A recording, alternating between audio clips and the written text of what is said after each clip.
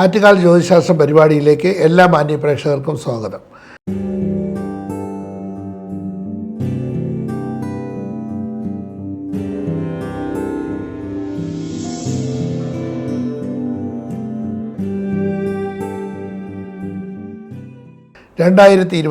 December 1 മുതൽ 7 വരെയുള്ള വാരഫലമാണ് ഇപ്പോൾ ചിന്തിക്കുന്നത്.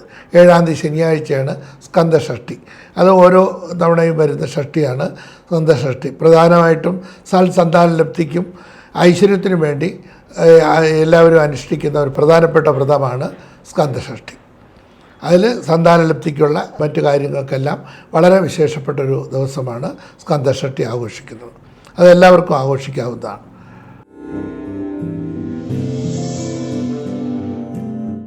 മേടരാശി. അശ്വതി, ഭരണി, കാർത്തിക നക്ഷത്രത്തിൻ്റെ ആദ്യത്തെ 15 ആഴ്ച ചേരുന്ന 2.25 നക്ഷത്രമാണ് മേടരാശി. മേടരാശിക്കാർക്ക് ഈ വാരം ഉന്നത വിദ്യയ്ക്ക് ആഗ്രഹിക്കുന്നവർക്ക് ആഗ്രഹ സാഫല്യം ഉണ്ടാവും. മനസ്സിന് സമാധാനവും സന്തോഷമൊക്കെ ലഭിക്കാൻ സാധ്യതയുണ്ട്. വിവാഹതയും മംഗളകർമ്മങ്ങൾ പങ്കെടുക്കാനോ വിവാഹം നടക്കാനോ യോഗം കാണുന്നുണ്ട്. പൊതുവെ ഈ വാരം മാതാവിനോ മാതൃബന്ധുക്കൾക്കോ അരിഷ്ടത ഉണ്ടാവും. വാഹന സംബന്ധമായിട്ട് പ്രത്യേകം ശ്രദ്ധിക്കണം. തസ്കര ഭയം ഉണ്ടാകാൻ സാധ്യതയുണ്ട്. മോഷണം പോവുകയോ അല്ലെങ്കിൽ ഏതെങ്കിലും വിധത്തിൽ വീഴ്ചകളോ മുറിവുകളോ അപകടങ്ങളൊക്കെ വരാതിരിക്കാൻ പ്രത്യേകം ശ്രദ്ധിക്കണം. തൊഴിൽപരമായിട്ടും ശത്രുക്കൾ വർദ്ധിക്കാൻ സാധ്യതയുണ്ട്. പ്രത്യേകിച്ച് മാതൃപിതൃഗുണം ഈ വാരത്തിലുണ്ടാവും. സന്താന ഗുണം പ്രതീക്ഷിക്കാം. കർമ്മസംബന്ധമായിട്ട് നേട്ടങ്ങളുണ്ടാവും. ആഗ്രഹ സാഫല്യം ഉണ്ടാവും. വളരെ നാളുകളായിട്ട് ആഗ്രഹിക്കുന്ന കാര്യങ്ങളൊക്കെ നടക്കാൻ സാധ്യതയുണ്ട്. വാഹനത്തിൽ മാത്രം പ്രത്യേകം ശ്രദ്ധിക്കണം.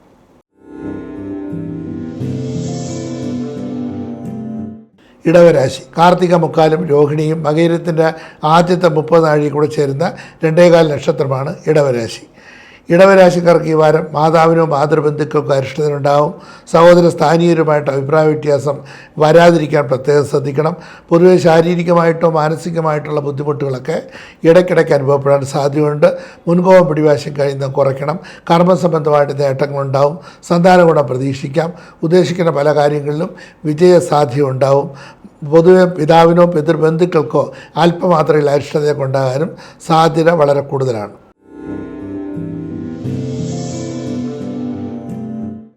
മിഥുനരാശി. മകയിരത്തിൻ്റെ അവസാനത്തെ 30 നാഴികയും തിരുവാതിരയും പുണർത്തിൻ്റെ മുക്കാലും കൂടെ ചേരുന്ന 2.25 നക്ഷത്രമാണ് മിഥുനരാശി. മിഥുനരാശിക്കാർക്ക് ഈ വാരം ചെലവുകൾ വർദ്ധിക്കാൻ സാധ്യതയുണ്ട്. ആരോഗ്യകാര്യങ്ങളിൽ പ്രത്യേകം ശ്രദ്ധിക്കണം. മാതൃപിതൃഗുണം ഈ വാരത്തിലുണ്ടാവും. കർമ്മസംബന്ധമായിട്ട് നേട്ടങ്ങളുണ്ടാവും. സഹോദര സ്ഥാനികളിൽ നിന്നും ഗുണാനുഭവങ്ങളൊക്കെ പ്രതീക്ഷിക്കാം.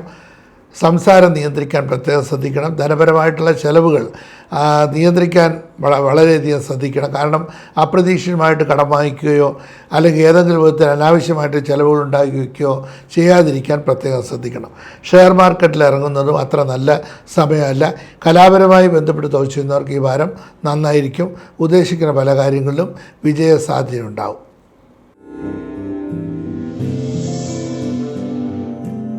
കർക്കിടകരാശി. പുണർത്തിൻ്റെ അവസാനത്തെ 15 നാഴിക പൂയവും ആയില്യവും കൂടെ ചേരുന്ന 2.25 നക്ഷത്രമാണ് കർക്കിടകരാശി.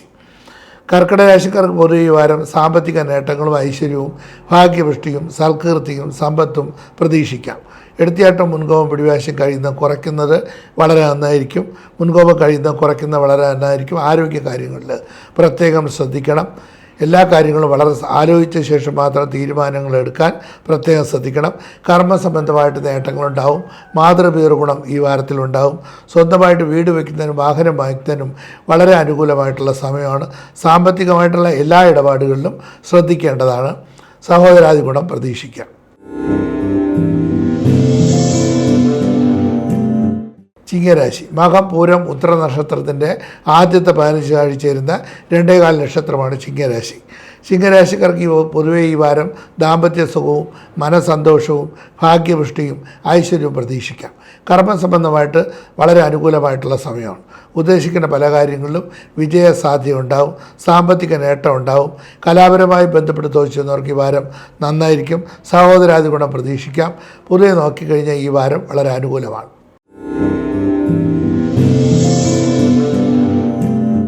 കന്നിരാശി ഉത്തരത്തിൻ്റെ മുക്കാലും അത്തവും ചിത്തിരയുടെ ആദ്യത്തെ 30 നാഴിയും കൂടി ചേരുന്ന 2.25 നക്ഷത്രമാണ് കന്നിരാശി.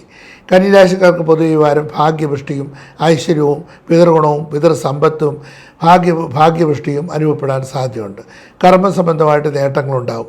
ഉദ്ദേശിക്കുന്ന പല കാര്യങ്ങളിലും വിജയസാധ്യതയുണ്ടാവും. സ്വന്തമായിട്ട് വീട് വയ്ക്കുന്നതിനും വാഹനം വാങ്ങിക്കുന്നതിനും അനുകൂലമായിട്ടുള്ള സമയമാണ്. വളരെ നാളുകളായിട്ട് ആഗ്രഹിക്കുന്ന പല കാര്യങ്ങൾക്കും സാധ്യത അനുഭവപ്പെടും. പൊതുവെ നോക്കിക്കഴിഞ്ഞാൽ ഈ വാരം നല്ലതാണ്. മാതൃപിതൃഗുണവും ഭാഗ്യപുഷ്ടിയും ഐശ്വര്യം നിറഞ്ഞൊരു നല്ല വാരം പ്രതീക്ഷിക്കാം.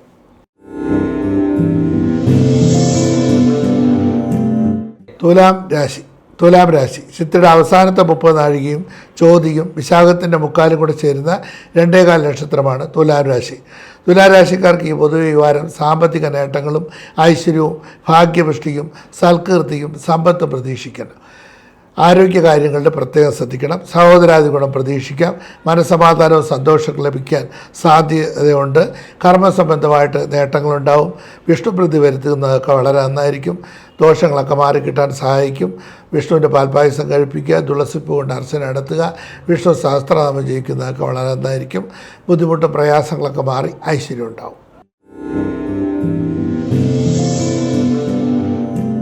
വൃശ്ചിക രാശി വിശാഖത്തിൻ്റെ അവസാനത്തെ 15 നാഴികയും അനിഴവും തൃക്കേട്ടയും കൂടെ ചേരുന്ന 2.25 നക്ഷത്രമാണ് വൃശ്ചിക രാശി.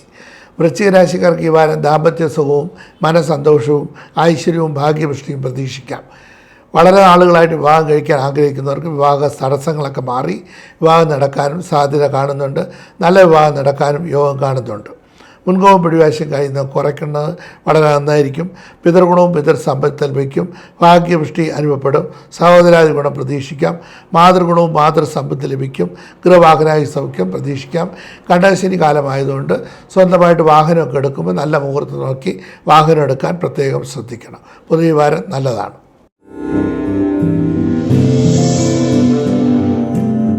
ധനുരാശി മൂലം പൂരാടം ഉത്രാടത്തിൻ്റെ ആദ്യത്തെ 15 നാഴിക ചേരുന്ന 2.25 നക്ഷത്രമാണ് ധനുരാശി.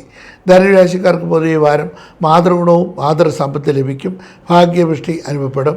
കർമ്മസംബന്ധമായിട്ട് വളരെ അനുകൂലമായിട്ടുള്ള സമയമാണ്. ശത്രുക്കൾ വർദ്ധിക്കാൻ സാധ്യതയുണ്ട്. എങ്കിലും ഉദ്ദേശിക്കുന്ന പല കാര്യങ്ങളിലും വിജയ സാധ്യത അനുഭവപ്പെടും. മനസ്സമാധാനവും സന്തോഷം നിറഞ്ഞൊരു നല്ല വാരമാണ്. ആരോഗ്യനില മെച്ചമായിരിക്കും. ചെറിയ രീതിയിൽ കാലുവേദനയോ നടുവേദനയോ വാദസംബന്ധമായിട്ടുള്ള അസുഖങ്ങളൊക്കെ ഇടയ്ക്കിടയ്ക്ക് അനുഭവപ്പെടാൻ സാധ്യതയുണ്ട്. അതൊന്നും അത്ര ഗൗരവമായിട്ട് എടുക്കാതിരിക്കാൻ പ്രത്യേകം ശ്രദ്ധിക്കണം. ചെറിയ ബുദ്ധിമുട്ടൊഴിച്ചാൽ പൊതുവെ ഈ വാരം നല്ലതാണ്.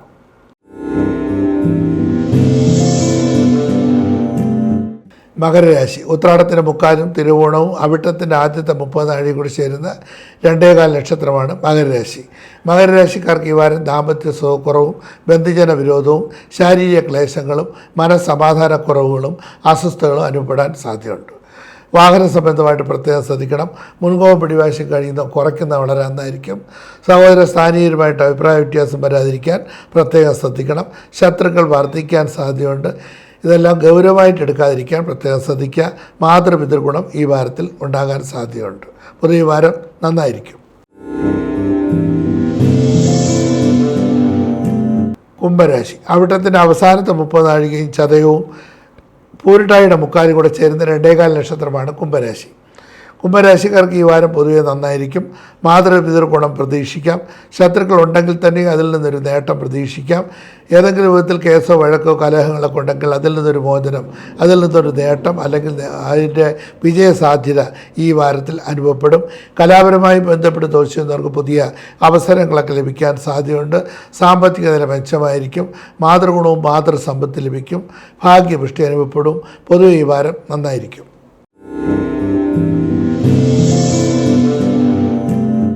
മീനൻ രാശി പൂരിട്ടായുടെ അവസാനത്തെ 15 നാഴികയും ഉത്രട്ടാതി രേവതിയും കൂടെ ചേരുന്ന 2.25 നക്ഷത്രമാണ് മീനൻ രാശി. മീനൻ രാശിക്കാർക്ക് ഈ വാരം സന്താനങ്ങളാൽ മനസ്സമാധാനക്കുറവോ വിഷമങ്ങളോ അനുഭവപ്പെടാൻ സാധ്യതയുണ്ട്. മാതൃപിതൃഗുണവും ഈ വാരത്തിലുണ്ടാവും. കർമ്മസംബന്ധമായിട്ട് നേട്ടങ്ങളുണ്ടാവും. പല കാര്യങ്ങളും വിജയസാധ്യത ഉണ്ടാവും. ആരോഗ്യനില മെച്ചമായിരിക്കും. ചെറിയ രീതിയിൽ വാദസംബന്ധമായിട്ടുള്ള അസുഖങ്ങളോ കാലുവേദനയോ നടുവേദനയൊക്കെ അനുഭവപ്പെടാൻ സാധ്യതയുണ്ട്. മദ്യപാനമൊക്കെ ഉള്ളവരാണെങ്കിൽ പൂർണ്ണമായിട്ടും ഒഴിവാക്കാൻ പ്രത്യേകം ശ്രദ്ധിക്കണം. ശാരീരിക ക്ലേശങ്ങളും മനസ്സമാധാനവും വരുത്തി വയ്ക്കാതിരിക്കാൻ പ്രത്യേകം ശ്രദ്ധിക്കുക. ഏഴരശനി കാലമായതുകൊണ്ട് ആരോഗ്യം വളരെ സൂക്ഷിക്കേണ്ട സമയമാണ്. ഈ ആഴ്ചത്തെ ആറ്റുകാൽ ജ്യോതിശാസ്ത്രം പരിപാടി ഇവിടെ അവസാനിക്കുന്നു. വീണ്ടും അടുത്ത ആഴ്ച കാണാം. കത്തുകൾ അയക്കേണ്ട വിലാസം: doctor Attukal Radhakrishnan, Rama Jyothishalayam, Manacaud PO, Thiruvananthapuram 9. Phone number 9447471711.